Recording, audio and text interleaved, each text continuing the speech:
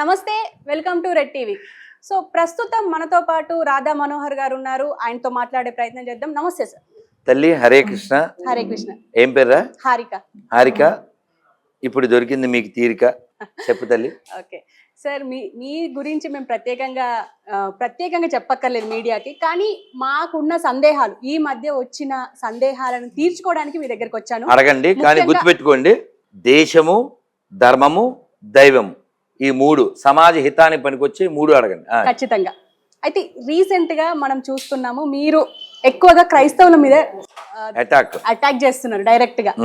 ఎందుకంటారు? ఎందుకంత పగ? అంటే మనం ఆల్రెడీ అన్ని మతాలని పూజించాలి, అంటే రెస్పెక్ట్ చెయ్యాలి అనేది అయితే మనకు నేర్పిస్తూ ఉంటారు చిన్నప్పటి నుంచి మన హిందూ ధర్మంలో. మనం ఒక్కలమే చేస్తున్నాం, అది బాధ. చెప్పండి, నీకు అర్థమైందా? ఈ వన్ సైడ్ లవ్ వద్దంటున్నా.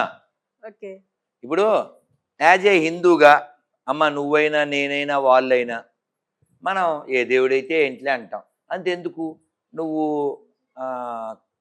ఎక్కడ చదివావు? కాకతీయ యూనివర్సిటీ. ఎప్పుడైనా నువ్వు మీ నాన్నగారితో బైక్ మీద వెళ్ళావా? లేదండి. లేకపోతే మీ అన్నయ్యతో, ఫ్రెండ్స్తో? అన్నతో వెళ్ళాను. అలా వెళ్ళినప్పుడు ఏ మసీదో కనబడింది, చర్చి కనబడింది, అప్పుడు నువ్వు యాజ్ ఏ ఒక అమ్మాయిగా ఎలా అంటావు? ఇలా ఏదో అంటారు అను. సరే, నేను ఎంతవరకు అనలేదు.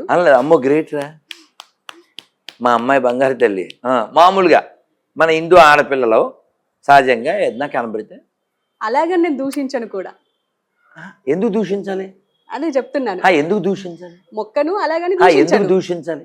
అదే చెప్తున్నాను. ఎందుకు దూషించాలి? అంటే మనం అంటున్నారు కదా, ఎందుకు దూషించాలి? ఎందుకు దూషించాలి? ఇప్పుడు మీ నాన్నని పోరంబోకి ఎదవా అన్నప్పుడు నీకు బీపీ వస్తుంది, అప్పుడు నువ్వు రియాక్ట్ అవుతావు. అవ్వకపోతే నువ్వు వాళ్ళ నాన్న కొడుకు కూతురు కాదు, అది విషయం కదా. నువ్వు ఇందాక అడిగిన దానికి ఆన్సర్ ఇది అమ్మా. సో మన పిల్లలు అలా ఏదైనా మసీదో చర్చో కనపడితే అని అంటుంటారు. యాక్చువల్గా వాళ్ళని మనం అప్రిషియేట్ చేస్తాం, ఎందుకంటే మసీదు చర్చిలో కూడా దేవుడు ఉన్నాడనేటువంటి విశాల భావం కలిగిన వాళ్ళు మన పిల్లలు. అదే నువ్వు ఓ క్రిస్టియన్ అమ్మాయినో ముస్లిం అమ్మాయినో ఇలా మొక్కుద్దా గుడి దగ్గర? ఈ వన్ సైడ్ లవ్ వద్దంటున్నాను నాన్న. నేనేమంటా అంటే, పోనీ నీకు ఇంగ్లీష్లో తెలుసు కదా, గివ్ రెస్పెక్ట్. మీ ఊరికి మా ఊరు ఎంతో, మా ఊరికి మీ ఊరు అంతే. దీన్నే నేను చెప్పేది. ఇంకోలా, ఐ కాల్ యూ అండి టిల్ యూ కాల్ మీ అండి. ఇఫ్ యూ సేరా అది సేపోరా నాటు రారా. గౌరవం ఇద్దాం. ఇప్పుడు నువ్వు ఇందాకేమన్నావు? నేను అలాగని దూషించను అన్నావు కదా. నేనేమన్నా ఎందుకు దూషించాలి? కానీ ఎవరైనా దూషిస్తే మనం ఏం చేయాలి? రియాక్ట్ అవ్వాలి కదా. మీ నాన్నగారు ఎవరో తెలదో, నోటికొచ్చింది వాగేసారు ఎవరో మీ నాన్న గురించి, రియాక్ట్ అవ్వాలి నువ్వు. అయితేనే ఆ రక్తం గురించి పుట్టిందాను అంటారు. అట్లా. ఓకే అండి. అయితే నాదేంటంటే, ఈ మధ్య క్రిస్టియన్స్ ఎక్కువగా మన ధర్మాలను పాటిస్తున్నట్టయితే కనిపిస్తుంది సోషల్ మీడియాలో. చెట్టుకు దారాలు కట్టడం కానీ, ధ్వజస్తంభాలు పెట్టడం కానీ, ఏది చూసినా ఈవెన్ బతుకమ్మలాగా మొత్తం అన్ని చేస్తున్నారు. అంటే ఫైనల్ గా మనం హిందూ మతంలో కల్పిస్తారంటారా క్రిస్టియానిటీని? యాక్చువల్గా విషయం ఏంటంటే, మీరు ఎప్పుడైనా ఇంకొకరిలాగా ఇమిటేట్ చేశారంటే మీ దగ్గర స్వాభావికంగా మీ సొంత సరుకు లేదని అర్థం. ఈ ఒక్కటి చాలు, అంతే కదా. ఇప్పుడు మీరు నెట్లోకి వెళ్ళి కొట్టండి, ఉగాది క్రైస్తవ సమ్మేళనం. అసలు క్రైస్తవుల్లో కవులు ఉన్నారే? ఉగాది ఉందా? పక్కన పెట్టు. మొన్న భోగి పండగ, ఎక్కడ చర్చిలో పాలు పొంగించడం, చెరుగ్గాడిలో పెళ్ళికి వాడు ఆ పిల్లకి బొట్టెట్టడం, తాళి కట్టడం. పోనీ ఇవన్నీ రాధమనోహర అబద్ధం అన్నావు అనుకో, పక్కన పెట్టు. విపి రెడ్డి అంటే విజయప్రసాద్ రెడ్డి, ఆయనే చెప్పాడు, తాళి కట్టించకుండా ఎవరైనా క్రైస్తవులు పెళ్లి చేసుకుంటున్నారా? ఆ తాళి కట్టేది ఉందా దాంట్లో అన్నాడు.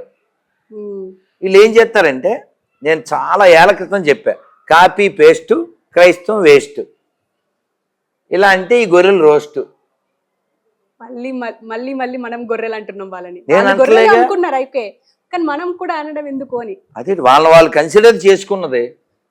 అంటే వాళ్ళ ప్రొఫెషనా? నువ్వెవరు యాజ్ ఎ ప్రొఫెషన్?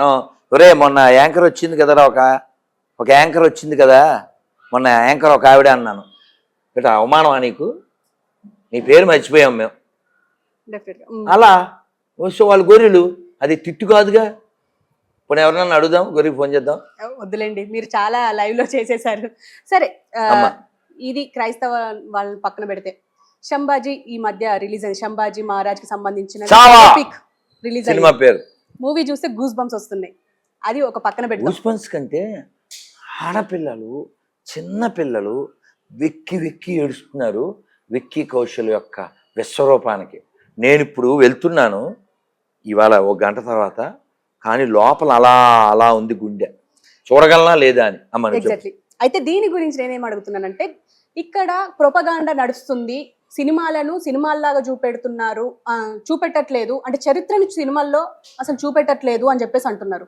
మరి అసలు చరిత్ర ఏంటి? శంభాజీ మహారాజుది కానీ అటు శివాజీది కానీ, ఆయన పక్కన ముస్లిమ్స్ ఉండేవారు కానీ ఇక్కడ చూపెట్టలేదు అని చెప్పేసి అంటున్నారు. దీనికి మీరేమంటారు? అమ్మ గుర్తుపెట్టుకోండి, ఈ దేశానికి ఇస్లాం అనేది వచ్చింది, క్రైస్తవం అనేది వచ్చింది. ఇక్కడ ఎవ్వరూ క్రైస్తవులు కాదు, ఇక్కడ ఎవరు ముస్లిమ్స్ కాదు. మొన్న మధ్య ఒక ప్రయాణంలో విమానంలో బ్రదర్ షఫీ అని ఆయన కలిశారు, మోటివేషన్ స్పీకర్. ఓకే, ఆయన మేము కలిసి ప్రయాణం చేశాం. వారు చెప్పారు, గురూజీ ఇప్పుడు నేను ముస్లిం కావచ్చు, మా నాన్న ముస్లిం కావచ్చు, 4 తరాలు వెనక్కి వెళ్తే మేమంతా హిందువులమే కదా అని. నన్ను ఇంటర్వ్యూ చేసినటువంటి ఒక జర్నలిస్టు ఆయన్ని ఇంటర్వ్యూ చేసి, రాధామనోహర్ గారు ఇలా అంటున్నారంటే అవును కరెక్టే కదా అన్నారు. ఇక్కడ విషయం ఏంటంటే, నేను ఎందుకు చెప్తా అంటే, ఒక ముస్లిం బ్రదర్ షఫీ ఒకరే కాకుండా కాశ్మీర్ ముఖ్యమంత్రిగా పనిచేస్తున్నటువంటి ముఫ్తీ మొహమ్మద్, అలాగే ఫరూక్ అబ్దుల్లా, గులాం నబీ ఆజాద్, వీళ్ళందరూ అవును కొన్ని తరాల వెనక్కి వెళ్తే మేమంతా హిందువులమే అని చెప్పారు. నీ పేరు రాంబాబు కదరా, నీ పేరు సుబ్రహ్మణ్యం కదా, నువ్వేదో పెద్ద బ్రిటిష్ వాడికి పుట్టినట్టు ఫీల్ అయితే అలాగే. సో కాబట్టి ఎవరైనా గుర్తుపెట్టుకోవాల్సిన విషయం ఏంటంటే, శివాజీ ఫైట్ చేసింది హిందూ సామ్రాజ్యం కోసం. ఎవరైనా అబ్దుల్ కలాం లాంటి వాళ్ళు ఉంటే ఒకరిద్దరిని పక్కన పెట్టుకోవచ్చు. శివాజీకి ఆయన సేనాపతుల్లో ఒక ఆయన ఒక ముస్లిం అమ్మాయిని గిఫ్ట్గా ఇచ్చారు ఏదో చోట గెలిచినప్పుడు. ఆయన వాళ్ళకి వార్నింగ్ ఇచ్చారు, మళ్ళీ ఇలాంటి తప్పు జరగకూడదు, ఇదే మొదలు ఇదే ఆఖరు, ఏ ఆడపిల్లైనా నాకు తల్లి లాంటిదే అని ఒక చెల్లిని పుట్టింటికి పంపినట్టు ఆవిడని పంపించారు. అది శివాజీ. కానీ అలాంటిది మనం ఔరంగజేబు దగ్గర అలాంటి వాళ్ళ దగ్గర చూడలేం. శివాజీ చరిత్రలో అఫ్జల్ ఖాన్ అని ఒకడు ఉంటాడు, వాడికి 60 మంది పిల్లలు. వాడు ఎంత మంచివాడు అంటే, స్త్రీల పట్ల ఎంత గౌరవం అంటే, ఇప్పటికీ ఆ సమాధులు ఉన్నాయి. వాడికి ఎంత ప్రేమ అంటే, వాడు శివాజీతో యుద్ధానికి వెళ్ళాలి, వాడు అంత పొడుగుంటాడు 7 అడుగుల పైన, శివాజీ 5 చిల్లర. శివాజీని చంపేయాలి, అది వాడి కోరిక.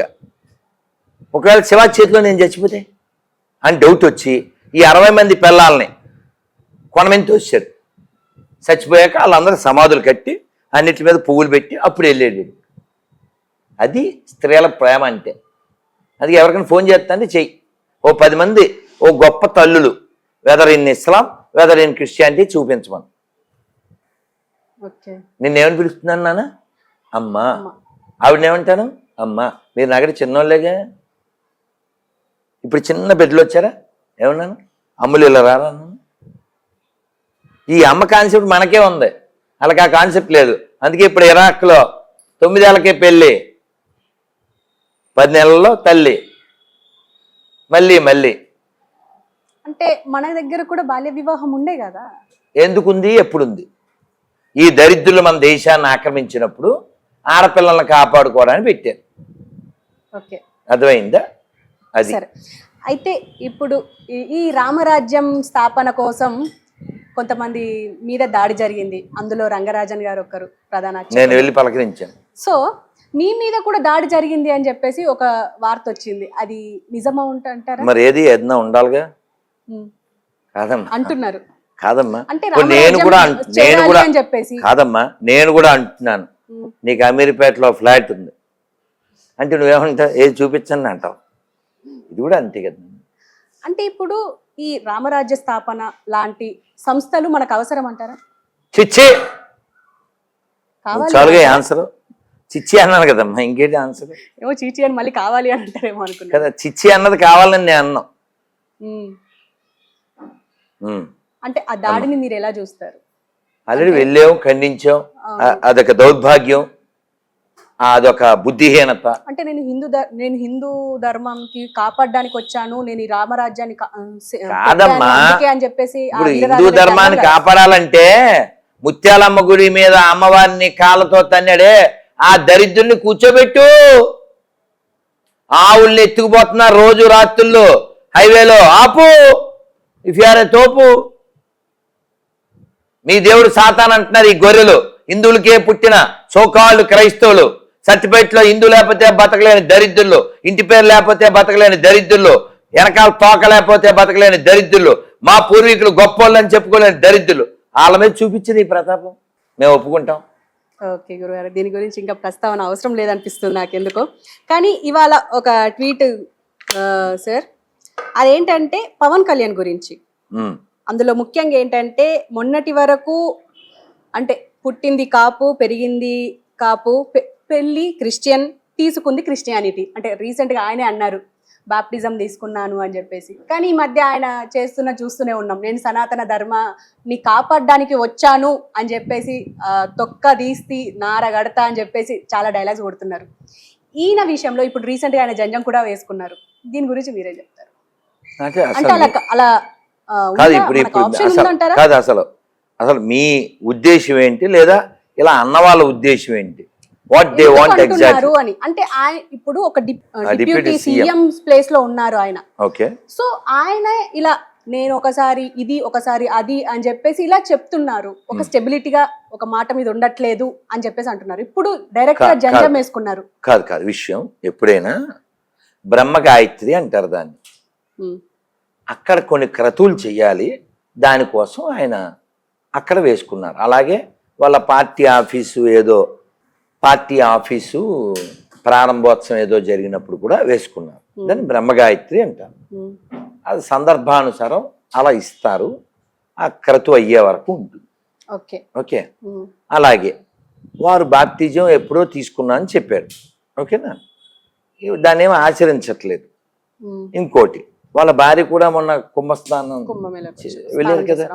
సో ఇక్కడ సనాతన ధర్మం ఏం చెప్తుందంటే నువ్వు ఆచరించు. ధర్మం అంటే ధార ఇది ధర్మ. ఓకే, కుంభమేళ ప్రస్తావన వచ్చింది కాబట్టి సోషల్ మీడియాలో కుంభమేళ గురించి ఎంత అంటే దుష్ప్రచారం జరిగింది, అలాగే మంచి ప్రచారం కూడా జరిగింది. ఈ దుష్ప్రచారం గురించి మాట్లాడుకుంటే అక్కడికి వెళ్ళిన వాళ్ళు మోనాలిసానే చూశారు కానీ ఇంకా వేరే ఏం చూడలేదు అని చెప్పేసి అంటున్నారు. ఎట్లా చూడొచ్చు తల్లి? 50 కోట్ల మంది పైన స్నానం చేశారు. సో అందులో 5 లక్షల మందో, పోనీ 20 లక్షల మందో, 50 లక్షల మందో ఆ టాపిక్కి రీచ్ అయ్యి ఉంటారు. కానీ వచ్చిన వాళ్ళందరూ ఎక్కడ స్నానం చేయాలి, ఎలా స్నానం చేయాలి, ఆ క్రౌడ్లో ఎలా వెళ్ళాలి, ఎక్కడ మొలగాలి, ఏ క్రతువు చేయాలి, ఎక్కడ స్టే చేయాలి, ఆ చల్లో ఎక్కడ ఉండాలి, ఇవన్నీ వెతుక్కుంటారు. కానీ ఈ పనికి మాల పోరంబోకులు ఎవడకో అవి మొనాలిసా కనపడింది అంతే. మీరు కూడా వెళ్ళారు, వెళ్ళాము, వచ్చాం, స్నానం చేసాం. అక్కడ చాలా స్కామ్స్ జరుగుతున్నాయి, ప్రజల్ని అంటే భక్తుల్ని దోచుకుంటున్నారు అని చెప్పేసి చాలా మంది మాతో మాట్లాడారు. ఇందులో అక్కడ దోచుకోవడానికి అక్కడ ఏమి కాదమ్మా, దోచుకోవడానికి అక్కడ ఏమి క్లోజ్డ్ కాదు కదా, ఓపెన్ కదా. ఇప్పుడు అలా కాదమ్మా, నీకు అర్థమయ్యేలా చెప్తా. రైల్వేస్ కూడా ఇబ్బంది అయ్యింది కాదు. ఇప్పుడు రీసెంట్ గా మనం ఢిల్లీలో కూడా చూసాం, తొక్కిసలాట అయ్యింది. అది జనం ఎక్కువైన చోటల్లా ఒక్కటి జరుగుతుంటుంది, అది కాదు. ఇప్పుడు నేను వెళ్ళొచ్చాను, 2 రోజులు ఉన్నాను. నేను దిగిన తర్వాత కొంత దూరం క్యాబ్లో వెళ్ళా, కొంత దూరం బైక్ మీద వెళ్ళా. ఓకే, స్థానానికి కూడా నేను అలా బైక్ మీద వెళ్ళాను, రిటర్న్ కూడా నేను బైక్ మీదే వచ్చాను. దాదాపు 20 కిలోమీటర్లు. ఆ బైక్ వాడు వాళ్ళ నాన్న కొంత దూరం ఆటోలో, అదే టింటిన్ అంటారు కదా, చిన్న ఆటో, టుంటున్. టుంటున, అదే దాని మీద కొంత దూరం తీసుకొచ్చి తర్వాత వాళ్ళ అబ్బాయి బైక్ మీద ఎక్కించాడు. సో మొత్తానికి నాకు ఒక 20 కిలోమీటర్లకి 2000. 2000. ఓకే. సో వచ్చేటప్పుడు ఆ క్యాబ్కి దానికి ఎవరో గురూజీ నేను మాట్లాడతాను అని చెప్పి మాట్లాడారు. సో నేను బైక్కి ఇచ్చాను 500. వాళ్ళు ఆ క్యాబ్ 3 కిలోమీటర్లు తీసుకెళ్ళి ఉంటాడు వాడు, 304. 3000. సో మీరు అక్కడ ట్రైన్కి వెళ్ళారా, ఫ్లైట్కి వెళ్ళారా? అమ్మా ట్రైన్కి వెళ్ళారా, ఫ్లైట్కి వెళ్ళారా? నేను విమానంలో వెళ్ళా, సమయం లేదు. సో ఎవరో ఏర్పాటు చేశారు, వెళ్ళాను, వచ్చాను. అయితే వాళ్ళు అక్కడ నేను 1200 ఇస్తాను ఈ 2000 బ్యాచ్కి, నేనే అన్నాడు. ముందు 3000 అన్నాడు. సో మొత్తానికి బేరం ఆడి మరి నేను రావాలి కదా. నిన్న వివేకానంద జయంతి, సారీ శివాజీ జయంతి. సో నేను ఇంకో 2 రోజులు ఉండడానికి నాకు అక్కడ వసతి ఉన్నా ఉండలేని పరిస్థితి అనుకోండి. వాళ్ళకి ఇప్పుడు అవకాశం వచ్చింది, అది మీరు ఇవ్వచ్చు, లేదు మీరు వెళ్ళొచ్చు. మేనస్ట్ మరి బోల్డ్ మంది ముసలమ్మలు పిల్లలు చెప్పులు కూడా లేకుండా నడిచే వెళ్తున్నారు. ఎవరెవరికి కుదిరిందో అలా. అది ఇందులో ఇంకా స్కామ్ ఏముందమ్మా కదా. ఇప్పుడు నువ్వు ఇక్కడ ఇంటర్వ్యూ అమ్మ కాదు తల్లి, నువ్వు ఇక్కడ కూర్చోవడం నీకు ఓకే కెమెరా అని అనుకున్నావు, అది ఆవిడ అక్కడ కూర్చున్నావు, వాళ్ళు అక్కడ కూర్చున్నారు, అట్లా. ఓకే. ఇంకో ఫైనల్ క్వశ్చన్, మిమ్మల్ని ఇబ్బంది పెట్టలేదు. రీసెంట్ గా అయోధ్య ప్రధాన అర్చకులు సత్యేంద్ర దాస్ గారు కాలం చేశారు. సో ఆయనని జల సమాధి చేయడం చాలా మంది ఖండించారు సోషల్ మీడియాలో. దాని గురించి మీరు ఏం చెప్తారు? అంటే మేము చాలా మందితో మాట్లాడడం, అది కరెక్టే ఉంది, ఈవెన్ రాముల వారు కూడా అలాగే చేశారు అని చెప్పేసి కూడా చాలా మంది మాట్లాడారు. నేను చెప్తాను, మీరు చెప్పండి. నేను చెప్తానమ్మా. చాలా మంచి ప్రశ్న, నిన్ను ముందుగా మెచ్చుకోవాలి తల్లి, చిన్నదానమైన. మనకి రఘువర్ దాస్ గారిని చాలా గొప్ప ఆయన. ఒక 40 ఏళ్ల క్రితం, ఇంచుమించు 50 ఏళ్ల క్రితం సికింద్రాబాద్లో ఇక్కడ ఏదో మఠంలో ఎక్కడో ఉన్నారు. వారి శరీరం వదిలేసే టైం వారికి కనిపించింది. వారు చెప్పారు శిష్యులతో, ఈ దేహం ఎవరికి ఉపయోగపడలేదు అంటే, వారు మహాత్ములు కదా, తమను తాము తక్కువగా భావిస్తారు. వారు ఒంటి మీద స్పృహ లేకుండా కాళ్ళల్లో రైలు కింద వేసే కంకర్రాళ్ళు, రైలు పట్టాల కంకర్రాలు గుచ్చుకుంటున్నా కూడా ఏమాత్రం స్పృహ లేకుండా హరే రామ రామ రామ హరే హరే, హరే కృష్ణ కృష్ణ కృష్ణ హరే హరే అనుకుంటూ వెళ్ళిపోయేవారు. వాళ్ళ కాళ్ళ రక్తాలు వచ్చేసినా సరే అది స్పృహ లేకుండా. చాలా గొప్ప ఆయన రఘువర్ దాస్ గారు. వారు చెప్పారు, ఈ దేహం ఎవరికో ఉపకారం జరగకపోయింది, దీన్ని కృష్ణానదిలో వేసేయండి. అలా వేసేశారు. ఓ 40-50 ఏళ్ల క్రితం విజయవాడ తీసుకెళ్ళి కృష్ణానదిలో ఆ శరీరాన్ని వేసేశారు. ఇప్పుడు మీరు రాముల వారి టాపిక్ కూడా తెచ్చారు. రాములు వారు చేసింది అవతార సమాప్తి. అదేనా, మనంతటా మనం ప్రవేశించి వెళ్ళిపోవడం అవతార సమాప్తి. ఇక్కడ శరీరం వదిలిన తర్వాత ఈ శరీరాన్ని ఎలా నెక్స్ట్ ఏమిటంటే, కొందరికి ఎక్కువ మందికి నిప్పెట్టేది సాధువులకి సన్యాసులకి, వారికి సమాధి కడతారు. మనం ఇక్కడ బృందావనం అంటాం, ఆ సమాధినే బృందావనం అంటాం. మీరు ఎప్పుడన్నా మంత్రాలయం వెళ్తే రాఘవేంద్ర స్వామి బృందావనం అంటాం, అలా సమాధి కడతారు. సో ఇక సంసారులకి నిప్పు పెడతారు. సో ఇది చాలా రేర్. వారు అలా జలచరాలకి ఆహారం కావాలి, ఈ దేహం భగవంతుడు ఇచ్చింది, ఇంకొక జీవికి ఉపయోగపడితే వారి తృప్తి, అలా వారి కోరిక ప్రకారం అలా చేశారు. ఇంకా నువ్వు ఖండించేదే ఉంటుంది. అంతే. ఇంకొక క్వశ్చన్ మర్చిపోయాను మీకు అడగడం. ఈ మధ్య సోషల్ మీడియాలో చాలా మంది వస్తున్నారు ఏంటంటే, మేము దేవుడం అంటే మేము దేవుళ్ళం అని చెప్పేసి మీరు చూసే ఉంటారు. నాగభవిత, సౌందర్య ఇలా చాలా మంది వచ్చారు. రీసెంట్ గా మల్లికార్జున ముత్య అని చెప్పేసి అలియాస్ అప్పాజీ అని చెప్పేసి కర్ణాటకలో ఫేమస్ అయ్యారు. ఈ మధ్య ఇప్పుడు ఆయన నిజం అని చెప్పేసి మన హైదరాబాద్ వాళ్ళు కూడా వెళ్తున్నారు. దీని గురించి నేనైతే వినలేదు. ఒకటైతే చెప్తాను అమ్మా, దేవుడు అంటే శాస్త్రాన్ని, సాధువుని, గురువుని ఈ మూడిటిని రిఫరెన్స్ తీసుకుని మనం వెళ్ళాలి. ఉదాహరణకి నీకు పెళ్ళి అయింది అబ్బాయి, పిల్లలు సార్ మీ పెళ్ళి అయిందిగా, పిల్లలు స్కూల్లో చేర్పించాలి. ఆ పిల్లల్ని ఏం చేస్తారంటే ఆ పక్కింటి వాళ్ళని అడుగుతారు, వదిన మా వాడిని ఎక్కడ చేర్పిస్తే బాగుంటుంది, దగ్గరలో ఏముంది, ఇలా ఎంక్వైరీ చేస్తారు. అవునా? అలాగే దైవం గురించి కూడా ఎంక్వైరీ చేయాలి. అంతేగాని గుడ్డిగా వాడెవడో ఎలా అంటేనో ఇలా అంటేనో టాచ్ గడ్డ పగిలిపోని అంటేనో వెళ్ళిపోకూడదు. గాడ్ డెఫినేషన్ చాలా పెద్దది, అర్థమైందా? అంటే ఇలాంటి అంటే మనుషులు ఇప్పుడు మాకు అతీత శక్తులు ఉన్నాయి అని చెప్పేసి రావడం, మాకు దైవ శక్తులు ఉన్నాయి అని చెప్పి రావడం, దాన్ని ఏమంటారు?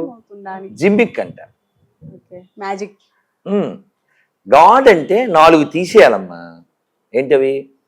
పుట్టడం, చావడం, ముసల్తనం, రోగం. ఇది భవము అంటారు. అన్నమయ్య చెప్తాడు, అన్ని విభవముల అతడితడు, కన్నులు వేవేలు గలఘనుడితడు, అన్ని విభవముల అతడితడు, భవముల నన్నచుయదు పతియితడు, భువనము నిండిన గతితడు, ఆది అంత్యములకు విభుడితడు, శ్రీదేవుడు సరసిజనాభుడితడు, అన్ని విభవముల అతడితడు, శ్రీకాంతాయ కళ్యాణ నిధే నిధయేద్దినాం శ్రీ వెంకట